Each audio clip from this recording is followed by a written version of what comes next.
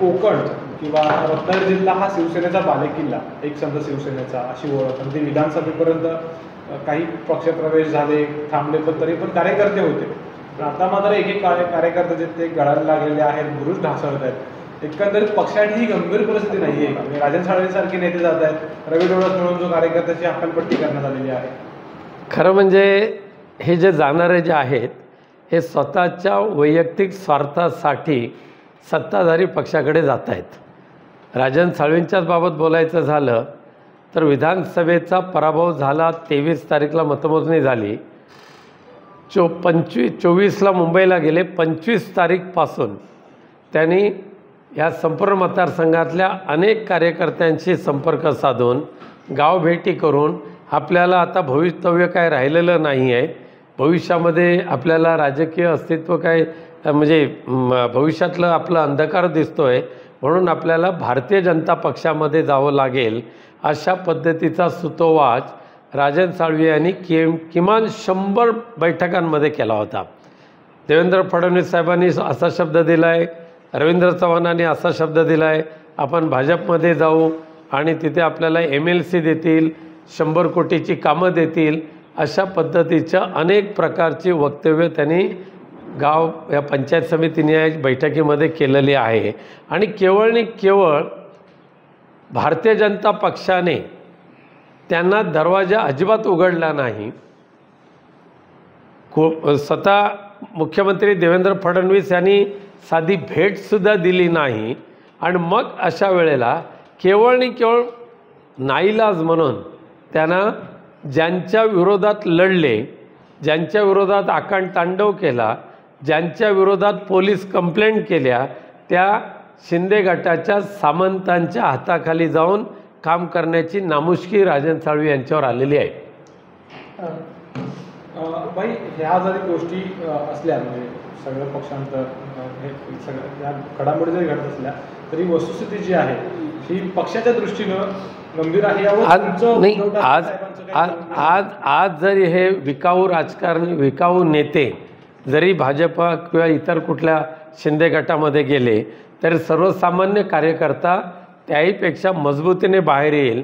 आम्ही आता पुढच्या आठवड्यापासून तालुकानिहाय पदाधिकारी कार्यकर्त्यांच्या ज्या बैठका घ्यायला सुरुवात करू, मेळावे घ्यायला सुरुवात करू, त्यावेळेला उद्धव बाळासाहेब ठाकरे पक्षाची असलेली या रत्नागिरीतली ताकद हे आपल्याला दिसून येईल. दौरे होणार आहेत का, म्हणजे अशी माहिती कळते की आदित्य ठाकरे असेल किंवा उद्धव साहेब? नाही, सध्या दौरे त्यांचे नाहीत.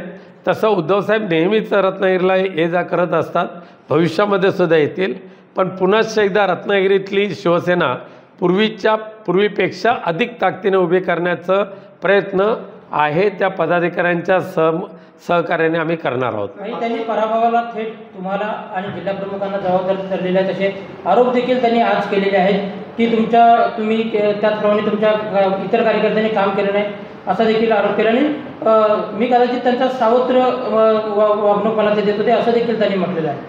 खरं म्हणजे दुसऱ्या पक्षामध्ये जाऊन गद्दारी करून दुसऱ्या पक्षामध्ये जात असताना कोणाच्या तरी डोक्यावर खापर फोडायची सवय ही प्रत्येक पक्षबदलूची असते, तशी ती त्यांनी केलेली आहे. आता राजन साळवी यांच्याबद्दलच बोलायचं झालं तर मागच्या ह्या कालच्या विधानसभेच्या निवडणुकीमध्ये त्यांच्या विरोधी उमेदवारांनी त्यांच्यावर जे आरोप केलेले आहेत त्यांनी धडधडीत सांगितलेलं आहे की राजन साळवींकडे गद्दारीची 13 सर्टिफिकेट आहेत. 13 सर्टिफिकेट अगदी 2004 पासून 2004च्या विधानसभेच्या निवडणुकीमध्ये युतीचे शिवसेना भाजप युतीचे उमेदवार बाळ माने यांना पाडण्यासाठी यांचा उदय करून घेतला, हे जगजाहीर आहे.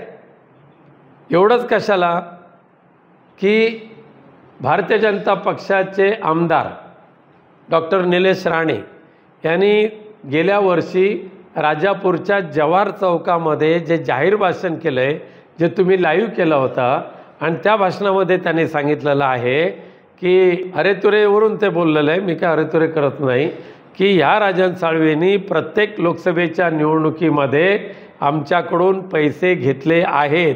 आणि हे जर खोटं असेल तर त्याने धुतपापेश्वरच्या पिंडीवर हात ठेवून सांगावं, त्याचा खुलासा त्याने केलेला नाही. मग तो शोर्ले मोंटे हॉटेल असेल,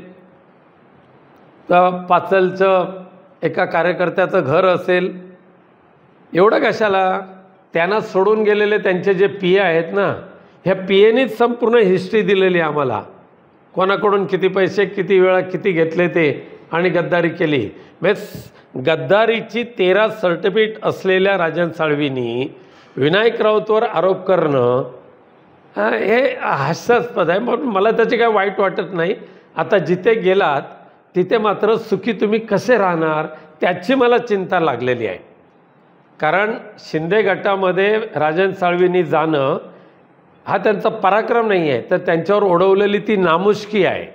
आणि त्याचबरोबर मला दाट शंका आहे, केवळ उदय सामंत आणि किरण सामंत यांचं वाढणारं राजकीय प्रस्थ ह्याला रोखण्यासाठी आणि मध्यंतरीच्या कालावधीमध्ये असं म्हटलं जातं की उदय सामंत हे उपमुख्यमंत्रीपदाचे दावेदार आणि त्याने 20 जणांचा एक गट केला होता. हे सगळं ज्या वेळेला माननीय एकनाथ शिंदे यांच्या कानावर गेलं त्यावेळेला त्यांनी उपमुख्यमंत्रीपद स्वीकारलं. अन्यथा शिंदे गटाच्या 20 जणांना घेऊन उदय सामंत उपमुख्यमंत्री झाले असते. उदय सामंत आणि किरण सामंत यांना चेकमेट करण्यासाठी, यांना शह देण्यासाठी शिंदे गटाने राजन साळवींना घेऊन एक पर्याय उभा करण्याचा केविलवाना प्रयत्न केलेला आहे. केविलवाना प्रयत्न, कारण राजन साळवींमध्ये तेवढे गट्स नाही आहेत. आता फक्त मला काळजी एकच आहे की कोण कोणाच्या उरावर आणि कधी बसतो हे बघत राहणं. गेल्या 1.5 तासांपासून त्यांची बैठक चालू होती. किरण सामंत असतील, एकनाथ शिंदे असतील आणि राजन साळवी असतील, अशा पद्धतीच्या बैठका ज्या आहेत त्या चालू आहेत कालपासून. तर या बैठकांचं नेमकं काय, कशासाठी बैठका असू शकतात काय?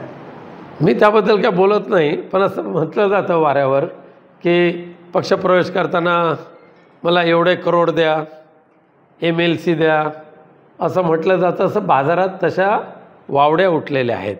त्यामुळे कदाचित ती चाललं असेल आर्ग्युमेंट, त्याच्यावर कितीवर सेटल होतं ते. राजन साळवी वारंवार म्हणायचे मी एकनिष्ठ शिवसैनिक आहे, आणि आता त्यांची निष्ठा कुठे गेली? काय सांगाल त्यांच्या निष्ठेबद्दल? नाही, त्यांच्या जोपर्यंत ते शिवसेना पक्षामध्ये होते तोपर्यंत आम्ही त्यांच्यावर, जरी ही 13 सर्टिफिकेट गद्दारीची होती, जरी डॉक्टर निलेश राणेने त्यांच्यावर पैसे घेतल्याचा आरोप केला होता, तरीसुद्धा आम्ही त्यांना कदापि त्यांना दूर केलं नव्हतं.